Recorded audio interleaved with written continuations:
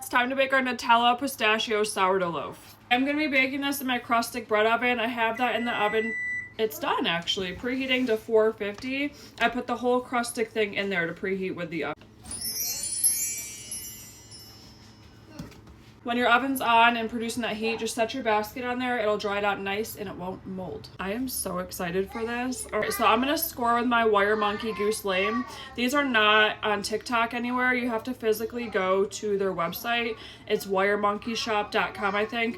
I make nothing by telling you that. I just love the product. Somebody said in my comments it doesn't score any better than like a regular blade.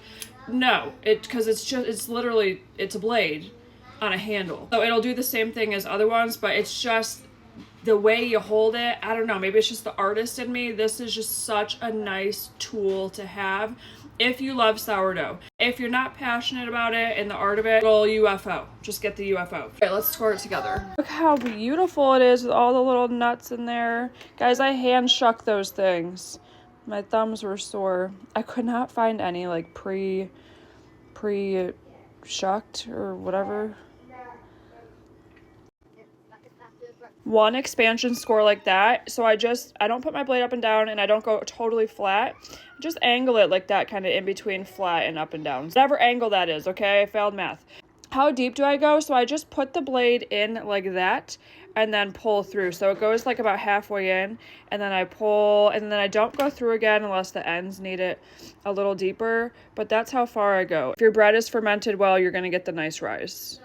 Also, these are linked in my TikTok shop, but they're sold out. They're coming back at the end of the month if you want them. Why do I love them? Because my forearms don't get burned anymore. These flaps in. I don't put any ice because the bread is cold. I had a nice cold proof, and that's going to create steam in there. I'm going to bake for 20 minutes with the lid on. I have a rack on the lowest setting with a cookie sheet on it. That's going to prevent the bottom from getting too dark. And then the next setting up is where I have the crustic bread oven. 20 minutes. It smells incredible in here. Oh my god. That is beautiful.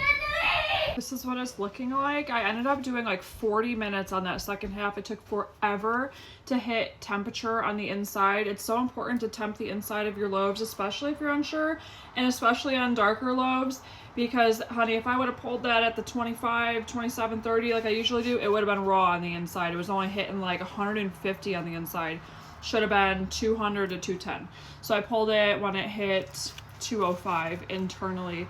I think it just baked up stunning. So I'm letting it finish cooling. We'll come back and cut it and taste it in a little bit. Okay, bye.